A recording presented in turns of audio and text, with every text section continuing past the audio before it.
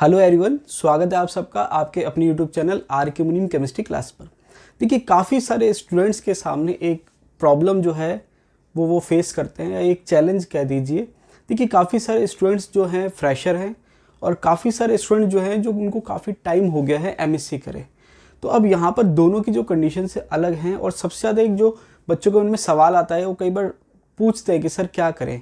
सवाल ये है कि प्रिपरेशन के साथ जॉब करें या ना करें, या फिर जॉब के ऑल्टरनेट हम कह सकते हैं कि पीएचडी करें या ना करें। तो ये दो सवाल एक मन में आते हैं कि भाई जॉब के साथ साथ तैयारी के साथ साथ जॉब कर सकते हैं या नहीं कर सकते हैं, या करनी चाहिए या नहीं करनी चाहिए, या स्कूल ज्वाइन करनी चाहिए या नहीं करनी चाहिए।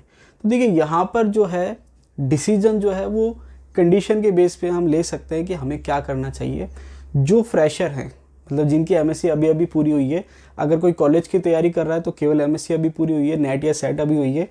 और अगर कोई स्कूल लेक्चर की तैयारी कर रहा है जिसकी बीएड और एमएससी अभी हुई है, तो वहाँ पर जो फ्रेशर है, जिनके पास बहुत ज़्यादा प्रेशर नहीं है जिनके ऊपर इकोनॉमिकली, तो वो जो है जॉब ना करें तो बेटर है, ठीक है। लेकिन ये उनके लिए है कि जिनके ऊपर कोई इकोनॉमिक प्रेशर नहीं है और जो फ्रेशर है।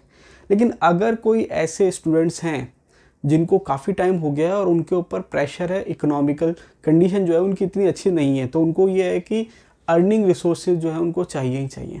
या फिर जैसे मान लीजिए कि कोई स्टूडेंट जेआरएफ है और उसको पीएचडी करनी है, तो वहाँ पर उनके लिए मैं कहूँगा कि जिनके जेआरएफ है और जिनको पीएचडी करनी है, वो नो डाउट पीएचडी करिए। क्यों? क्योंकि पीएचडी करने से क्या होगा, आपके जो इकोनॉमिकल बैरियर है वो जेआरएफ से आपका क्लियर हो जाएगा। जिनकी जेआरएफ है उनके लिए, जिनकी नहीं है और अगर पीएचडी एनरोल हो गए तो भी कोई प्रॉब्लम नहीं है। क्योंकि देखिए, पीएचडी जो है एक लंबा प्रोसेस है, उसमें टाइम लगता है।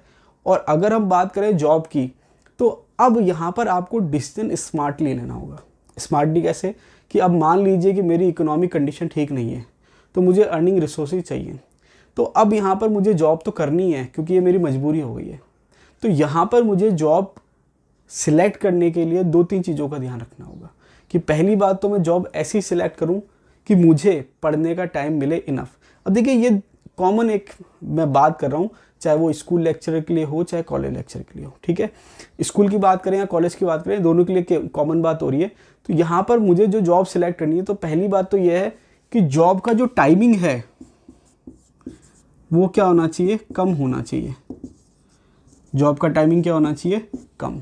अब कम क्यों होना चाहिए? क्योंकि जॉब का टाइमिंग कम होगा तो ही तो हमें खुद को टाइम मिलेगा सेल्फ स्टडी के लिए। तो ये मान के चलिए, क्योंकि अभी कोई नोटिफिकेशन नहीं आया है, तो आज की डेट में आपको सेल्फ स्टडी के लिए कम से कम 4 आवर ये आपको देने हैं, ये मिनिमम है। क्योंकि देखिए, अगर आप सोचेंगे कि अभी तो हम 1 घंटा पढ़ लेंगे, 2 घंटा पढ़ लेंगे, बाद में टाइम बढ़ाएंगे, ऐसा नहीं होता।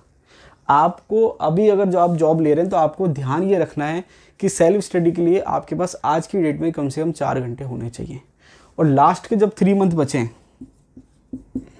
लास्ट 3 मंथ जब आपके एग्ज़ाम की डेट आ चुकी है और आपके पास केवल 3 मंथ बचें, स्कूल की बात करें, कॉलेज की बात करें, दोनों की बात करें, तो वहाँ पर आपको 7 to 9 आवर ये आपको देने मिनिमम। तो वहाँ पर अगर आपको लगे तो आप जॉब जो है वहाँ छोड़ भी सकते हैं, अगर आपको इतना टाइम नहीं मिल रहा है। तो ये आपको ध्यान रखना है कि अभी आपको कम से कम 4 घंटे 4 आवर डेली आपको देने, और बाद में जब आपके लास्ट 3 मंथ बचेंगे, वहाँ पर आप 7 to 9 आवर ये आपको देने। इसमें भी आप कह सकते हैं कि लास्ट के जो 2 मंथ है उसको आप 6 आवर अप्रॉक्स दे दिए, और लास्ट का जो मंथ है वहाँ तो आपको ज़्यादा देना ही देना है। 9 से ज़्यादा भी दे सकते हैं तो कोई प्रॉब्लम नहीं है। तो ये आपको ध्यान रखना है। पहली बात, जॉब का टाइमिंग कम होगा तभी आप ये जो कंडीशन है इसको फुलफ़िल कर पाएंगे। तो यहाँ पर आप ये भी कर सकते हैं कि अभी जॉब कर लीजिए, क्योंकि आप कोई भी जॉब करेंगे 4 घंटे आप निकाल सकते हैं। लेकिन अगर बाद में आपको लग रहा है कि आप इतना टाइम नहीं निकाल पा रहे, उस टाइम पे आप जॉब छोड़ सकते हैं। दूसरी बात, जॉब जो है वो कौन सी चूज़ करें या कौन सी सिलेक्ट करें जिससे हमारी पढ़ाई में प्रॉब्लम ना आए। देखिए, यहाँ पर जो पीएचडी कर रहा है, तो नो डाउट अगर कोई केमिस्ट्री से है तो केमिस्ट्री में पीएचडी कर रहा है, तो वहाँ पर वो लैब में, ऐसा तो है नहीं कि वो दिन भर ही काम करता है। जैसे आप मान लीजिए ऑर्गेनिक में पीएचडी कर रहे हैं, तो आपने रिएक्शन लगा दी। अब रिएक्शन लगाने के बाद आपके पास टाइम बच रहा है, वहाँ पर आप अपनी सेल्फ स्टडी कर सकते हैं। इसके अलावा अगर आप जॉब देख रहे हैं, तो जैसे मान लीजिए आप स्कूल ज्वाइन करते हैं, तो मेरी राय यह है कि आप जो है स्कूल को पार्ट टाइम जॉब करिए। पार्ट टाइम चूज़ करिए या ज्वाइन करिए। पार्ट टाइम का मतलब क्या है, एक तो ये होता है कि आप पूरे दिन स्कूल ज्वाइन कर रहे हैं जिसमें आप सुबह से जाएंगे शाम को आएंगे, उसमें बहुत ज़्यादा टाइम हो जाता है, वो आप मत करिए। हाँ, यहाँ पर कई बार क्या होता है कि कई स्कूलों में ऐसी फैसिलिटी रहती है कि जो टीचर है वो केवल और केवल 11th-12th को साइंस पढ़ाने के लिए जाएगा और कोई काम नहीं करेगा स्कूल में। वो अगर आपको ऑप्शन मिल रहा है तो वो बेटर ऑप्शन है, क्योंकि अगर आप पूरे दिन के लिए जाएंगे टाइम आपका कंज्यूम हो जाएगा। फिर आपको क्या है कि अगर मान लीजिए 9th मिल गई तो उसको भी पढ़ाना है, 10th मिल गई तो उसको भी पढ़ाना है, अननेसेसरी टाइम ख़राब होगा। तो यहाँ पर जब आप जॉब की बात करें तो जॉब मेरे हिसाब से आपको टीचिंग जॉब ही लेना है। तो टीचिंग जॉब से फ़ायदा ये होगा कि आपको केवल पढ़ना और पढ़ाना है। दूसरी बात, अब देखिए टीचिंग भी कई तरह की होती है, तो हमको स्मार्ट टीचिंग करनी है। जैसे अगर मान लीजिए मैं खुद की बात करूं, तो जब मैं जॉब में नहीं था तब मैं पढ़ाने का काम ही कर रहा था। जैसे मान लीजिए 2012 में मेरी एमएससी हो गई थी, उसके बाद मैं पढ़ाने का काम कर रहा था। अब उससे फ़ायदा क्या होता है, तो देखिए जब मेरी एमएससी हो गई उसके बाद मैंने एमएससी एंट्रेंस का बैच पढ़ाया, उसके बाद मैंने नेट का बैच पढ़ाया और उसके बाद मैंने स्कूल लेक्चर का बैच पढ़ाया। 2013 वाली जो वैकेंसी थी उसमें मैं स्कूल लेक्चरर का बैच पढ़ा रहा था, जबकि मैं खुद भी सिलेक्टेड नहीं था, जॉब में नहीं था, तो मैं 2013 वाली वैकेंसी में ऑफलाइन बैच पढ़ा रहा था स्कूल लेक्चरर का। और जो 2014 में एग्ज़ाम लगा था उसमें मैंने मेरे स्टूडेंट्स के साथ एग्ज़ाम दिया था बैठकर, और मेरे स्टूडेंट भी सिलेक्ट हुए थे और मैं भी सिलेक्ट हुआ था। तो इसका मतलब क्या है, इसका मतलब ये है कि जो मैं पढ़ा रहा था वो एक तरह से मेरी जॉब कह लीजिए। ऐसा नहीं था कि मुझे बहुत ज़्यादा इकोनॉमिकल नीड थी पढ़ाने की, लेकिन यहाँ पर मेरे लिए फ़ायदा ही था। कैसे फ़ायदा था कि अब मैं पढ़ा किसको रहा हूँ, फर्स्ट ग्रेड का बैच पढ़ा रहा था, और मैं एग्ज़ाम कौन सा दे रहा था, फर्स्ट ग्रेड का।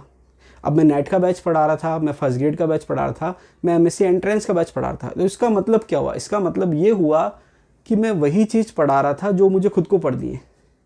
अब अगर हम मान लीजिए स्कूल को पढ़ाते हैं या कॉलेज में पढ़ाते हैं तो वहाँ पर हम थ्योरेटिकल चीज़ें ज़्यादा पढ़ाते हैं, लेकिन कंपटीशन में थ्योरेटिकल ना आके एप्लीकेशन पार्ट आता है, ऑब्जेक्टिव्स आते हैं।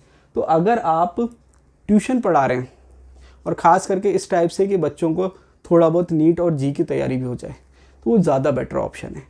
तो कहने का मतलब आपको पढ़ाना है, लेकिन आपको ऐसी चीज़ें पढ़ानी है जो आपके लिए भी ज़्यादा बेनिफिशियल रहे। केवल थ्योरी इनफ नहीं है। अगर आप 11th-12th को ही पढ़ाते हैं तो आप ये करिए कि या तो स्कूल में केवल 11th-12th को पढ़ाने के लिए जाइए, या फिर आप स्कूल की जगह प्राइवेट ट्यूशन का ऑप्शन भी ले सकते हैं। लेकिन आपको ध्यान ये रखना है कि बैलेंस होना चाहिए। जो वर्किंग आपका टाइम है वो बैलेंस होना चाहिए, कि जॉब भी आपकी हो जाए और जॉब ऐसी हो कि आप जो जॉब में मेहनत कर रहे हैं वो आपको खुद को हेल्प करे। बात समझ में आ रही है? तो वहाँ पर जॉब का टाइमिंग होना चाहिए, सेल्फ स्टडी होनी चाहिए, और बाद में आपको लगता है तो आप उसको छोड़ भी सकते हैं। तो टीचिंग ऑप्शन है, और टीचिंग ऑप्शन में भी अगर आपको लग रहा है कि हमें कॉम्पिटिशन वाला ऑप्शन मिल रहा है पढ़ाने के लिए, तो वो ज़्यादा बेटर ऑप्शन है। और नहीं भी मिल रहा तो 11th-12th आप पढ़ा सकते हो। इससे छोटी क्लास को ट्यूशन पढ़ाना मेरे हिसाब से आपके लिए सही ऑप्शन नहीं होगा, और इसके अलावा कोई जॉब करना मेरे हिसाब से सही ऑप्शन नहीं होगा। क्योंकि देख लीजिए कि यहाँ पर अगर हम बात करें तो ऐसा नहीं है कि जो जॉब करा वो सिलेक्ट नहीं होता, लेकिन वहाँ पर टाइमिंग का बहुत इंपॉर्टेंट रोल होता है। तो कंक्लूज़न ये है कि जो फ्रेशर हैं और जिनको इकोनॉमिकल प्रेशर नहीं है वो जॉब ना करें। हाँ, अगर पीएचडी में एनरोल हो गए हैं तो पीएचडी ज़रूर करिए, और जो एक्सपीरियंस है और जिनको प्रेशर है, इकोनॉमिकल बैरियर है कि आपको करना ही है, तो आप जॉब करिए। कौन सी करिए? टीचिंग करिए, और टीचिंग में भी क्या करिए, पार्ट टाइम करिए। और कोशिश ये करिए कि 11th-12th बीएससी को पढ़ाएं, और थोड़ा बहुत कंपटीशन को पढ़ाने को अगर मिल रहा है तो वो ज़्यादा बेटर ऑप्शन है, और ये आपके लिए हेल्प भी करेगा। और अभी आपके पास टाइम है क्योंकि अभी वैकेंसी नहीं आई है, तो आप आराम से जॉब भी कर सकते हैं और पढ़ाई भी कर सकते हैं। तो आई होप जो आपके कन्फ्यूज़न क्रिएट हो गया था कि जॉब करें या ना करें, तो कंडीशंस पे डिपेंड करता है, परिस्थिति पे डिपेंड करता है। कई बार क्या होता है कि हमारे हाथ में डिसीजन नहीं होता, लेकिन अगर हम जो भी कंडीशन है उसके हिसाब से स्मार्टली डिसीजन लेते हैं तो हम उसमें से रिजल्ट निकाल सकते हैं। तो आई होप जो आपके डाउट थे कि सर जॉब करें या नहीं करें, या कुछ और करें या नहीं करें, या स्कूल ज्वाइन करें या नहीं करें, क्लियर हो गए होंगे। फिर भी अगर आपके कोई प्रॉब्लम है, डाउट है, या कोई भी आपको प्रॉब्लम है, सजेशन चाहिए, तो आप मुझे कमेंट बॉक्स में कमेंट करिए। आई होप आपको वीडियो अच्छा लगा होगा। वीडियो अगर अच्छा लगा तो लाइक कीजिए, दोस्तों के साथ शेयर ज़रूर करिए, ताकि मैं ऐसे ही आपके लिए हेल्पफुल वीडियो बनाता रहूँ। अभी के लिए इतना ही, धन्यवाद।